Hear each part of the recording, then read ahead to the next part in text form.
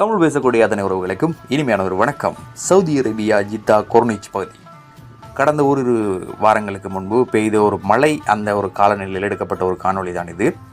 Saudi Jeddah கொர்னிச் பகுதியில் மிகவும் ஒரு அழகான ஒரு இயற்கையான ஒரு காலநிலை நிலவி கொண்டிருக்குது.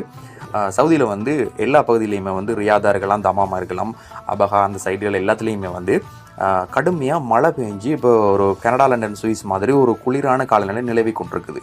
ஆனால் எங்களுடைய ஜித்தாவை பொறுத்தளவில் அப்படி இல்லை. ஒரு அளவான மழை பெய்யுது, ஒரு அளவான வெயில் அடிக்குது, ஒரு மிதமான ஒரு காலநிலை பார்க்குறதுக்கு, ரசிக்கிறதுக்கு, நம்மளோட அன்றாட வாழ்க்கையை இலகுவான முறையில் கொண்டு போகக்கூடிய மாதிரி ஒரு நல்ல ஒரு கிளைமேட் தான் இப்போ இங்கே போய் கொண்டிருக்குது.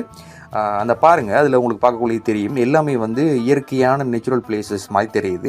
என்னென்னு சொன்னால், சவுதி அரசாங்கம் இப்போ மும்முரமாக சவுதி நாட்டை வளப்படுத்தி ஒரு சிறந்த முறையில் சுற்றுலா பயணிகளை கவரக்கூடிய வகையில் வேலையெல்லாம் செஞ்சு கொண்டிருக்கிறாங்க. அந்த வகையில் தான் இப்போ ஜித்தாவினுடைய இந்த காணொலி மிகவும் அழகாக தெரியுது. அடுத்ததாக இந்த காணொலியில் பாருங்கள், அந்த மேலுக்கு ஒரு நீல கலர், ஒரு ப்ளூ கலர் பெரிய பில்டிங் ஒன்று தெரியுது. இதுதான் ஜித்தாவிலேயே மிகப்பெரிய ஒரு ஹைலைட்டான ஒரு பில்டிங். இது ஒரு விஐபி ஹோட்டல். சரியா? இப்போ நம்ம நாட்டில் இருக்கிற மாதிரி சங்கரிலா, ஹில்டன் மாதிரி அந்த ஹோட்டலும் இந்த லைன்லேயே தான் இருக்குது. எல்லா ஹோட்டலுமே இப்போ நம்மளும் ஏதோ ஒரு கடவுள் பண்ணியிருந்தால ஒரு விஐபி குடும்பத்துக்கு ஒரு டிரைவராக வந்ததால் இப்போ இந்த இடங்களில் பார்க்கக்கூடிய மாதிரி ஒரு வாய்ப்புகள் நமக்கு கிடைச்சிருக்குது.